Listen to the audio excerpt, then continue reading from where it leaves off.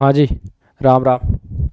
आज के इस छोटे से वीडियो में हम साइकोलॉजी के अधिगम टॉपिक को पूरा कंप्लीट करेंगे मात्र 10 से अब 12 मिनट में। ठीक है, पढ़ते हैं शॉर्ट और स्वीट और सिंपल। देखो क्या है अधिगम, यानी अधिगम को क्या कहा जाता है? सीखना भी कहा जाता है। अधिगम को क्या कहा जाता है? सीखना। व्यवहार में अपेक्षाकृत होने वाला स्थायी परिवर्तन है। अधिगम कैसा परिवर्तन है? ध्यान रखना है, एक तो अधिगम स्थायी परिवर्तन आपको अच्छे से याद रखना है। फिर बात करेंगे अधिगम की विशेषता की, फालतू बातें नहीं करेंगे। विशेषता सतत प्रक्रिया है। अधिगम कैसी प्रक्रिया है? अधिगम सतत प्रक्रिया यानी लगातार अधिगम होता है। सार्वभौमिक प्रक्रिया है, यानी प्रत्येक व्यक्ति को हर जगह अधिगम होता है। उसके बाद में अधिगम प्रक्रिया है। अधिगम कैसे क्या है? एक प्रक्रिया है, परिणाम नहीं है, ये ध्यान रखना। अधिगम प्रक्रिया है, परिणाम नहीं है। चलो आगे। अधिगम समायोजन की प्रक्रिया है। यदि आपको अधिगम हो रहा है तो आप समायोजन कर सकते हो, ये भी एक अधिगम। अधिगम के नियम किसने दिए? अधिगम के नियम दिए थॉर्नडाइक ने। अधिगम के नियम किसने दिए? थॉर्नडाइक ने। कौन कौन से 3 नियम दिए? अधिगम के 3 नियम दिए। कितने नियम दिए? 3 नियम दिए, थॉर्नडाइक ने दिए। तत्परता का नियम, अभ्यास का नियम, प्रभाव या संतोष का नियम। तत्परता का नियम, अभ्यास का नियम, प्रभाव या संतोष का नियम। 3 नियम दिए, 5 उप नियम भी दिए थे। 5 उप नियम दिए थे। कौन से दिए थे नहीं याद रखना, इतना याद रखना है, 5 उप नियम भी दिए थे। पहला है प्रयास में त्रुटि का सिद्धांत। प्रयास में त्रुटि का सिद्धांत किसने दिया था? थॉर्नडाइक ने दिया था। याद रखना है, प्रयास और त्रुटि का सिद्धांत किसने दिया था? थॉर्नडाइक ने दिया था। और कोई बातें अधिगम में नहीं पढ़नी। किस पर प्रयोग किया था? बिल्ली पर प्रयोग किया था। और ये क्रमिक सीखने पर बल देता है, क्रम से यानी लगातार सीखने पर बल देता है। यानी प्रयास करो, यदि असफल होते हैं तो पुनः प्रयास करो, प्रयास करो, असफल होते हो तो पुनः प्रयास करो। बस यही प्रयास और त्रुटि का सिद्धांत है। दूसरा है अनुकूलित अनुक्रिया का सिद्धांत। कौन सी? अनुकूलित अनुक्रिया का सिद्धांत। ये किसने दिया था? पावलोव ने दिया था। अनुकूलित अनुक्रिया का सिद्धांत पावलोव। यानी अपन किसी घटना के प्रति क्या हो जाते हैं? अनुकूलित हो जाते हैं, तो वह घटना होते ही अपन कार्य या क्रिया करना शुरू कर देते हैं, जैसे कुत्ते ने कर दिया था। इससे साहचर्य अनुबंधन का पता चलता है, यानी अपन साथ साथ अनुबंधन करते हैं। साहचर्य अनुबंधन किससे संबंधित है? पावलोव से। कुत्ते पर क्या किया था? प्रयोग किया था। इसमें UCN unconditional stimulus, unconditional response, यानी जो भोजन है उससे लार आती है, ये क्या है? अनकंडीशनल है दोनों ही। यूसीएस के बाद में दूसरी स्थिति में सीएस से यूसीएस देख के फिर यूसीआर, यानी पहले कंडीशनल को किसको दिया? घंटी बजाई, फिर 1-2 सेकंड में भोजन दिया, फिर लार आई। ठीक है, उसी कंडीशन में फिर सीएस से उसे क्या हो गया? सीआर आने लग गया, यानी घंटी बजते ही उसे तुरंत क्या आ जाती है? लार आ जाती है। ये क्रम आपको याद होना चाहिए, बहुत इंपॉर्टेंट चीज है। आगे, क्रिया प्रसूत का सिद्धांत। हर एग्जाम में एक क्वेश्चन मिलेगा, छोड़ के नहीं जाना है, इतनी बातें याद करनी है। क्रिया प्रसूत का सिद्धांत किसने दिया? बीएफ स्किनर ने दिया। किसने दिया? बीएफ स्किनर ने दिया। क्रिया प्रसूत का सिद्धांत किसने दिया? बीएफ स्किनर ने दिया क्रिया प्रसूत का। इससे दंड या पुरस्कार का सिद्धांत भी कहते हैं। दंड या पुरस्कार की बात कौन सा सिद्धांत करता है? क्रिया प्रसूत का सिद्धांत करता है। यानी व्यक्ति या तो दंड से सीखता है या पुरस्कार से सीखता है।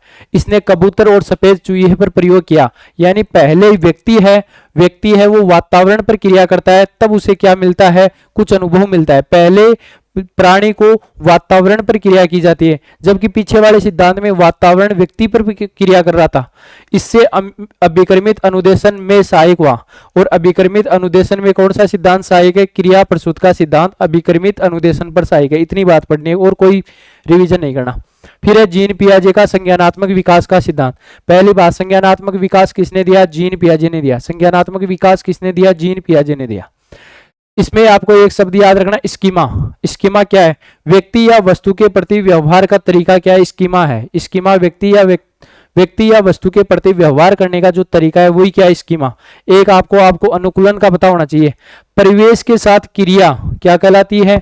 परिवेश के साथ अनुकूलन, कैसे क्रिया करनी है वही क्या है? अनुकूलन। इसके 3 पद है।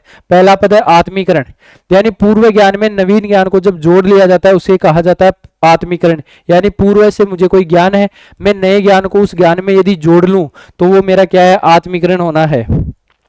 फिर है समायोजन, नई योजना बनाना व पुरानी में संशोधन कर लेना। नई योजना में बनाऊंगा, जैसे मुझे पहले ज्ञान था उसमें मैं थोड़ा संशोधन कर लूंगा और नया ज्ञान प्राप्त कर लूंगा, वो क्या है? समायोजन है। फिर तीसरा है संतुलिनकरण, ऊपर वाली दोनों में संतुलन, मेरे पुराने ज्ञान में भी और मुझे नवीन जो ज्ञान प्राप्त हुआ उन दोनों में जो संतुलन करने की प्रक्रिया है वो क्या है? संतुलिनकरण। तीनों आपको याद होना चाहिए, तीनों से एक क्वेश्चन पूछा जाएगा। किस किस से पूछा जाएगा?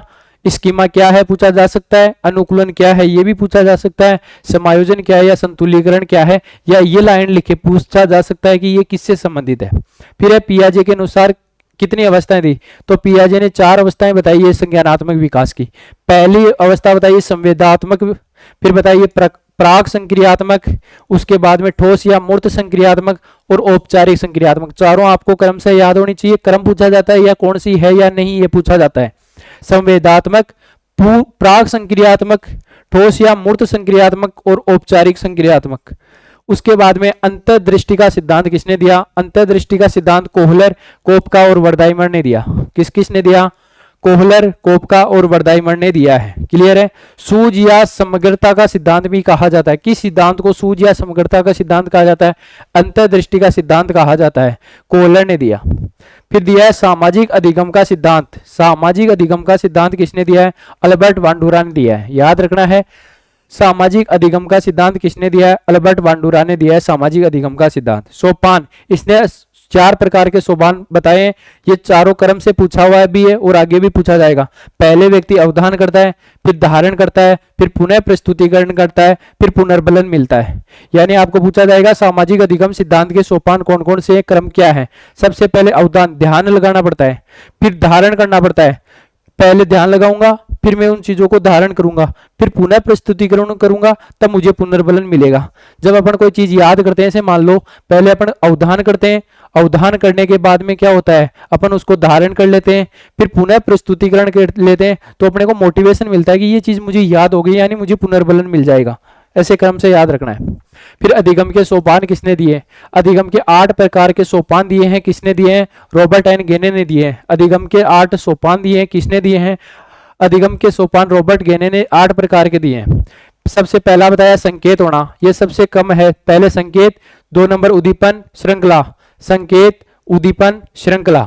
फिर शाब्दिक, बहुविभेदन, संप्रत्यय, नियम और समस्या समाधान। ये पूछा हुआ है बार बार कि अधिगम सोपानों में सबसे अपर लेवल का जो सोपान है वो कौन सा है, तो समस्या समाधान है, वो सबसे अपर का है। न्यूनतम जो संकेत होना है वो न्यूनतम है। 8 का क्रम याद होना चाहिए।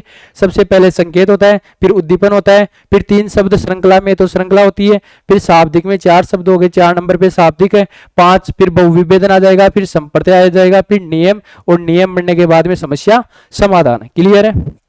आगे बात करते हैं। ब्रुनर के अनुसार संज्ञानात्मक विकास है कि 3 अवस्थाएं बताइए। ब्रुनर ने संज्ञानात्मक विकास की 3 अवस्थाएं बताई। कौन कौन सी बताइए, एनेक्टिक बताइए, प्रतिमात्मक बताइए और प्रतीकात्मक। तीनों को क्रम से याद होना चाहिए, तीनों पूछी हुई है। एनेक्टिक पहली, दूसरी प्रतिमात्मक, फिर प्रतीकात्मक। क्लियर है। फिर अधिगम स्थानांतरण क्या होता है, ये इतने ही नियम याद करने हैं। 1-2 आप एक्स्ट्रा और याद कर सकते हो, लेकिन ये तो याद करके जाने, छोड़ के नहीं जाना इतने तो। अधिगम स्थानांतरण, अधिगम स्थानांतरण का तात्पर्य अपन ने जो अधिगम किया है, अपन ने जो ज्ञान प्राप्त किया है, वह अपने में कैसे स्थानांतरित होता है, अर्थात उसका अपन कहां पर किस प्रकार से उपयोग कर सकते हैं, वही क्या है, अधिगम स्थानांतरण है। वही क्या है, अधिगम स्थानांतरण है। अधिगम मुख्यतः 3 प्रकार का माना जाता है। धनात्मक, सीखा ज्ञान सहयोग करे। यदि अपन ने पहले कोई ज्ञान सीखा है वो दूसरे में सहयोग करे तो वो है धनात्मक। जैसे अपन ने गणित को ज्ञान प्राप्त किया है जोड़ना, और वो भौतिक विज्ञान में अपने का सहयोग करता है। यदि अपन ने गणित सीखा है, वो भौतिक विज्ञान फिजिक्स में सहयोग कर रहा है, तो वो कैसा है, धनात्मक है। ऋणात्मक, सीखा ज्ञान बाधा डाले। यदि अपन ने कोई ज्ञान प्राप्त कर लिया है और वो दूसरी यदि अपन प्राप्त करते हैं, उस समय अपने को असहयोग करे, अपने को बाधा पहुंचाए। जैसे अपन ने हिंदी में कारक पढ़ लिए और संस्कृत में कारक पढ़े, तो दोनों की संख्या में डिफरेंस आ रहा है, तो वो डिफरेंस किस प्रकार के, ऋणात्मक स्थानांतरण को प्रदर्शित करता है। यानी पहले अपन ने कोई ज्ञान सीख लिया, वो दूसरे में असहयोग करता है, तो ऋणात्मक। शून्य का मतलब है कोई प्रभाव न पड़े। यदि अपन ने कोई एक ज्ञान प्राप्त कर लिया, वो दूसरे पर कोई प्रभाव नहीं पटकता है, तो वो अपना कैसा स्थानांतरण है, शून्य स्थानांतरण है। क्लियर है। जैसे अंग्रेजी का ज्ञान प्राप्त कर लिया, वो हिंदी सीखने पर यदि अपने को कोई प्रभाव नहीं डाल रहा है, तो वो कैसा है, शून्य स्थानांतरण है। ये 3 स्थानांतरण पते होने चाहिए। फिर है अधिगम की असमता, यानी अधिगम की असमता यानी अपने में किस किस प्रकार की कमियां रह सकती है। अपने में लिखने में कमी हो सकती है, अपने में पढ़ने में कमी हो सकती है। पठन संबंधी यानी पढ़ने संबंधित कमियां कौन कौन सी है, डिसलेक्सिया सबसे इंपॉर्टेंट है, अलेक्सिया है, हाइपरलेक्सिया, अलेक्सिया, हाइपरलेक्सिया और डिसलेक्सिया। आपको याद रखने तीनों अच्छे से, ये लिखने संबंधित, सॉरी पढ़ने से संबंधित है। देखो अलेक्सिया, कोई पढ़ा अलेक्सिया, कोई पढ़ा एलेक्सिया, यानी ये शब्द है जो यह समझ सको, ये पढ़ने से संबंधित है। डिसलेक्सिया, अलेक्सिया, अलेक्सिया, एलेक्सिया, हाइपरलेक्सिया, ठीक है। लेखन संबंधित, लिखने से संबंधित, देखो डिसग्राफिया, ऐसे नीचे लेके आ रहा हूं, डिस्प्राक्सिया, डिस्प्राक्सिया, अप्रेक्सिया, अग्रेफिया, सब में नीचे आ रहा है, यानी लिखने से संबंधित इंपॉर्टेंट बात है कि सबको नीचे लेकर आने, यानी ये लिखने से संबंधित है। Dysgraphia, dyspraxia, apraxia, agraphia. यहां से क्वेश्चन क्या पूछा जाएगा, निम्न में से कौन सी असमता लिखने से संबंधित है, या निम्न में से कौन सी असमता पढ़ने से संबंधित है। अगला क्वेश्चन, अधिगम, गणित की असमता है एक डिसकैलकुलिया, डिसकैलकुलिया है, ये गणितीय असमता यानी गणित के ज्ञान से संबंधित एस है। कैलकुलिया, कैलकुलिया यानी कैलकुलेशन, कैलकुलेशन किस में करते हो, गणित में करते हो। फिर है आशुबेल के अनुसार सीखने के 4 प्रकार है। आशुबेल ने सीखने के कितने प्रकार बताए, तो आपको बताना 4 प्रकार का बताया है। एक अधिगम, अधिग्रहण सीखना, एक पहला अधिग्रहण, फिर अन्वेषण खोज करके सीखना, फिर रटकर सीखना, ये सबसे कमजोर माना गया है, और फिर अर्थपूर्ण सीखना। 4 डेविड आशुबेल ने सीखने के कितने प्रकार बताए, 4। पहला है अधिग्रहण सीखना, अन्वेषण सीखना, रटकर सीखना, अर्थपूर्ण सीखना। क्लियर है, ये अधिगम कंप्लीट होता है यदि आप इतना पढ़ के जाओगे तो आपको कोई दिक्कत नहीं आएगी, कोई परेशानी नहीं आएगी। जो भी वीडियो पर नए साथी है वो चैनल को सब्सक्राइब कर ले, वीडियो को लाइक कर दे और ज्यादा से ज्यादा थैंक यू, धन्यवाद।